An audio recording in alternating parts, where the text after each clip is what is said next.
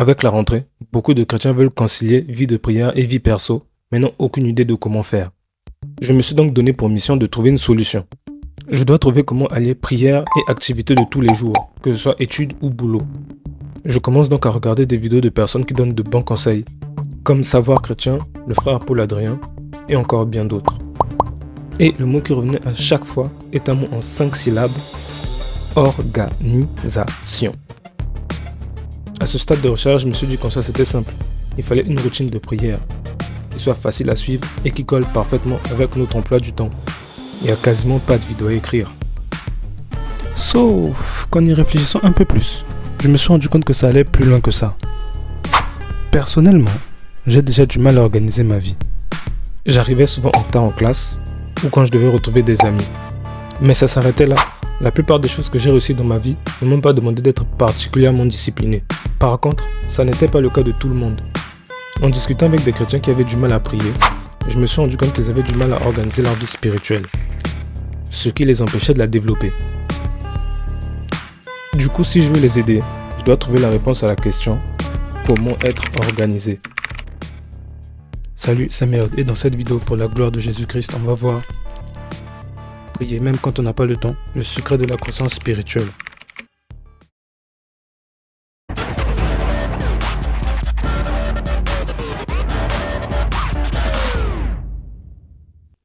Like, abonne-toi, active la petite cloche et installe-toi bien pour profiter de cette petite histoire. Donc, comme dit plus tôt, c'est un problème d'organisation que je dois résoudre pour mes abonnés. Mais en réalité, c'est plus personnel que ça. Pour ma part, je prie régulièrement parce que j'ai vécu dedans depuis tout petit. C'est la routine. En revanche, je peux comprendre que pour d'autres, il faille faire des efforts, vouloir un planning. Tout ça m'a fait réfléchir. Le fait de me dire qu'au début de ma relation avec Dieu, moi aussi j'avais du mal, mais qu'aujourd'hui je suis à l'aise, m'a fait me rendre compte que maintenant, ma vie spirituelle stagne. Je me contente de faire ce que je sais déjà faire. Je ne lis pas ma Bible. Je ne connais pas particulièrement l'histoire de l'Église. Et surtout, à chaque fois que je suis confronté à un problème que j'ai déjà vécu par le passé, je réagis souvent comme si c'était la première fois. Comme si tout ce que j'avais déjà vécu avec Dieu n'avait servi à rien. Je suis comme ce type de Jacques 1, versets 23 à 24, qui regarde son reflet dans le miroir, mais qui oublie tout juste après à quoi il ressemble. Le jour où j'ai pris conscience de ça, j'avais encore plus de raisons de trouver une solution. Moi aussi, il fallait que j'apprenne à évoluer spirituellement. Et pour ça, il fallait que je sois organisé. J'ai alors commencé à chercher, à regarder ce qui se dit sur comment tout planifier. Et dans les grandes lignes, ce que j'ai compris, c'est qu'il faut un programme, un emploi du temps que tu vas suivre pas à pas. Par contre, il faut que tout soit calculé pour que chaque partie soit dédiée à un but précis et essentiel. Après tout, ne dit-on pas que tout doit se passer avec calme et dans l'ordre? 1 Corinthiens 14, verset 40. Si tu prévois une heure de lecture biblique juste avant d'aller dormir, c'est beaucoup plus pertinent de lire un chapitre significatif dans un but précis. Te fixer un objectif simple et facile à visualiser rendra la tâche beaucoup plus abordable. D'ailleurs, ce que j'ai bien aimé durant cette partie de mes recherches, c'est que beaucoup de choses confirmaient des trucs que j'avais dit dans cette vidéo. Malgré ça, j'ai aussi vu énormément de choses qui m'ont rappelé que je ne connaissais pas tout. Bref, le principe que j'ai donné plus tôt sur le fait de se focaliser sur une tâche précise et facile à visualiser s'inspire de la loi de Pareto. Loi qui dit que 80% des résultats de ce qu'on accomplit viennent de 20% des efforts qu'on produit. C'est parfait pour optimiser le travail et réduire les efforts au strict minimum. J'étais assez content de ce que j'avais découvert. Quand j'ai commencé mes études, je passais mon temps à essayer de tout retenir mécaniquement. Je trouvais ça tellement désagréable parce qu'au final, après les examens, tu finis par tout oublier. Cette façon de faire est vraiment parfaite parce qu'au final, tu optimises ton travail et tu réduis tes efforts au strict minimum. Et ça, même si tu t'es reposé pendant 3 heures juste après tes cours. Mais ça me rappelle que j'ai déjà vécu des moments où après une journée de cours, quand tu rentres chez toi, tu te mets à bosser, mais tu as du mal à te concentrer. C'est comme si mon corps n'arrive pas à suivre et tout ce que mon cerveau demande, c'est de traîner sur internet ou regarder une série. Combien de personnes ont commencé à lire leur Bible ou à faire du sport et à tout arrêter au bout de 2-3 jours? Au final, avoir un programme millimétré ne me garantit pas le succès. Je me suis donc mis à chercher comment dépasser cette fatigue. Pour respecter le planning, il faut que les séances servent vraiment. J'aurais beau lire ma Bible, méditer la parole ou faire ce que je veux, si je ne retiens rien, j'aurais travaillé dans le vide en fait. Tout ce que j'aurais appris dans cette vidéo n'aura servi à rien. En revanche, j'ai vu une seule vidéo parler des choses qui me freinent le plus à ce moment. J'ai nommé la fatigue. Et je suis donc reparti la revoir. Est-ce que tu savais que le manque de sommeil pouvait provoquer diminution de la concentration, baisse de la productivité, altération de la mémoire à court terme ou encore baisse de motivation? Et à côté de ça, j'ai aussi découvert que le téléphone perturbait le rythme de sommeil. Personnellement, même après une longue journée, lorsque je décide d'aller me coucher, il faut généralement que 1 heure s'écoule après que j'ai posé mon téléphone pour que je commence réellement à somnoler.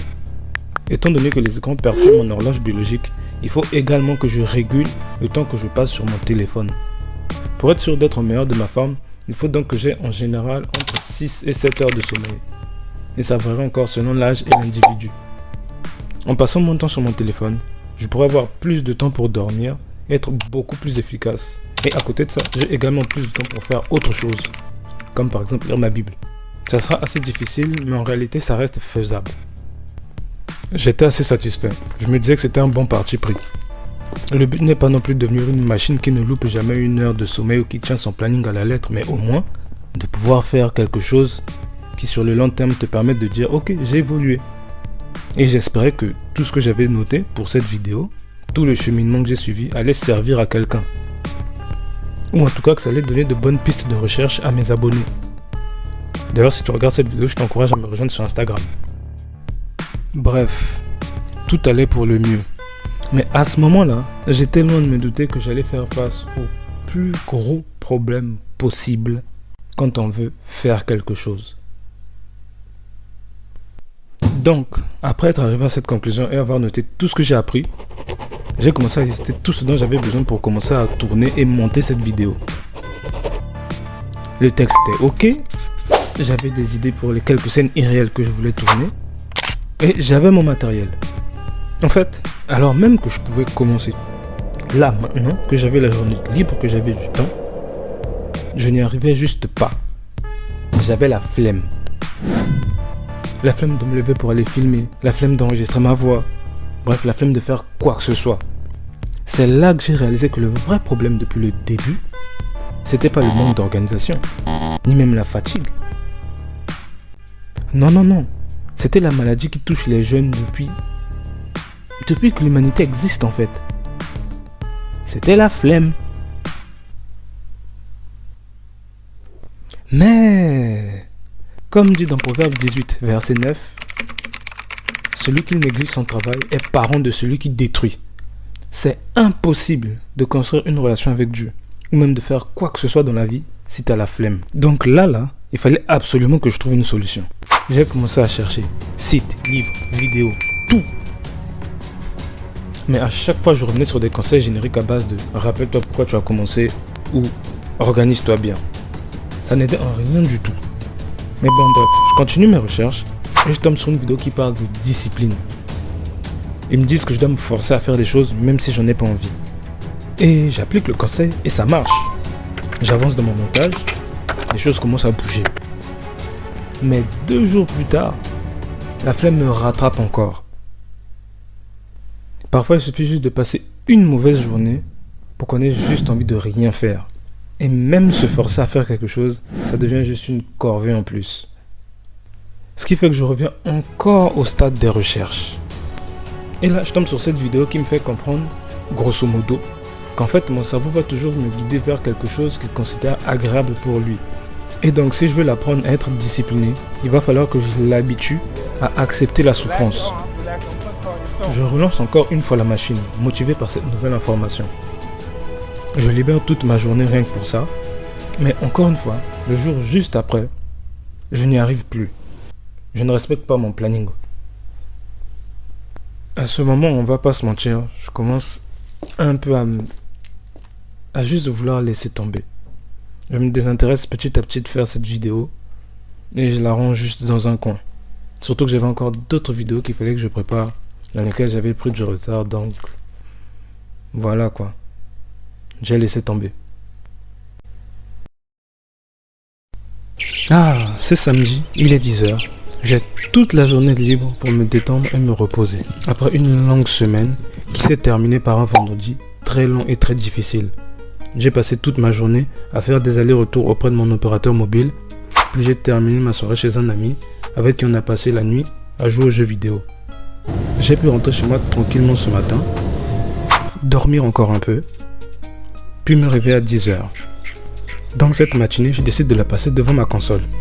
Je la branche, j'allume ma télé et au moment où je vais commencer à jouer, je me rends compte que ma manette est éteinte. Je me dis que c'est pas un problème, je vais la brancher. Sauf que j'ai oublié le câble d'alimentation chez mon pote. Du coup, je peux pas jouer vu qu'elle est déchargée. Bref, je décide de passer alors cette matinée sur mon téléphone. Et au moment où je le prends pour l'allumer, je me rends compte que j'ai pas de connexion internet. Et ça, c'est justement dû au rendez-vous que j'avais avec mon opérateur mobile qui m'avait dit que je n'aurais pas de connexion jusqu'à au moins 15 heures dans cette journée-là. Donc je suis là chez moi, j'ai strictement rien à faire, j'ai aucune occupation possible et je me rends compte que j'ai ma Bible qui est là et qui traîne. Du coup, je me mets à la lire. Je passe un peu de temps dessus, je sais pas, quelque chose qui semblait durer à peu près 30-40 minutes. Puis à un moment, je commence à ressentir de la faim. Je me lève pour aller me prendre un truc à manger. Et quand je regarde l'heure sur mon téléphone, je me rends compte qu'il est déjà 13h. Mais vous savez ce qui est drôle, c'est qu'à ce moment-là, je suis loin de m'imaginer que j'ai déjà la solution à mon problème de discipline. Mais bref, je vais me faire à manger. Ça me prend 1h30 ou un truc du genre. En tout cas, ce que je sais, c'est que quand j'ai fini de faire à manger, ma connexion elle était revenue. Du coup, moi je suis content, je me pose sur mon téléphone et je mange devant une vidéo YouTube. Puis une autre. Et à un moment, les vidéos s'enchaînent. Puis je tombe sur une vidéo qui reparle de discipline. Et dans cette vidéo, le gars explique que le meilleur moyen d'être discipliné, c'est pas de se forcer, c'est pas d'essayer de faire des choses contre sa volonté. C'est plutôt, ou c'est surtout, de faire en sorte de ne pas avoir d'autre choix que de faire ce qu'on doit faire. Quand je me suis rendu compte de ça, je me suis posé un moment et je me suis rendu compte que depuis ce matin, indirectement, j'avais pas eu d'autre choix que de lire ma Bible. Après avoir appris ça, je me suis posé et j'ai revu mon planning et surtout mon organisation de mon espace personnel de façon à faire en sorte que lorsque je dois me poser pour bosser, j'ai pas de distraction à porter en fait. Et c'est justement parce que j'ai appliqué ça que là maintenant, vous pouvez regarder cette vidéo. Si je devais conclure cette histoire, la morale ce serait que le meilleur moyen de prier pour avoir une croissance spirituelle, c'est de s'assurer de faire en sorte que dans les moments prévus, que ce soit pour la lecture biblique, pour regarder une vidéo d'évangélisation ou autre, il faudrait faire en sorte qu'il n'y ait pas de distraction possible en dehors de ce qu'on a prévu de faire. Mais il faut aussi s'assurer d'avoir une qualité de sommeil suffisante. Cette vidéo est la plus longue que j'ai eu à écrire, monter et tourner. Et j'espère qu'elle vous a plu. Je vous mets en description les liens vers les différentes sources et les différents éléments qui m'ont permis de trouver toutes ces informations. Et si vous avez des conseils, des trucs à dire ou à rajouter, l'espace commentaire est là. Et bien sûr, n'oubliez pas, abonnez-vous, likez, partagez et demeurez bénis au nom de Jésus-Christ.